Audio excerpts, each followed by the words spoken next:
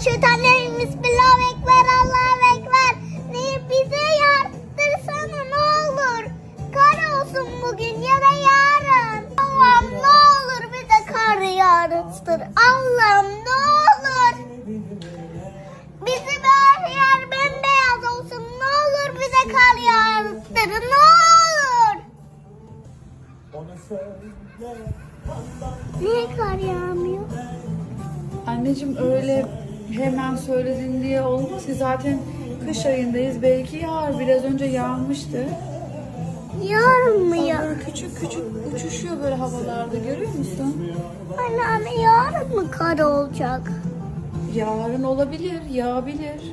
Yarın olmazsa bir hafta sonra yağar. Az önce yağmıştı. Anne bence kar yağacak yarın. İnşallah. Anne camı açabilir miyim? Açabilirsin sen. Sana koş. Koş. Bak, duaların kabul oldu. Evet, mutlu musun? Çok mutluyum. Ya Rabbim inşallah böyle yağmaya devam eder değil mi Evet. anne? İnşallah. Anne kalsın. Bak üstüne karlar düştü. Evet anneciğim.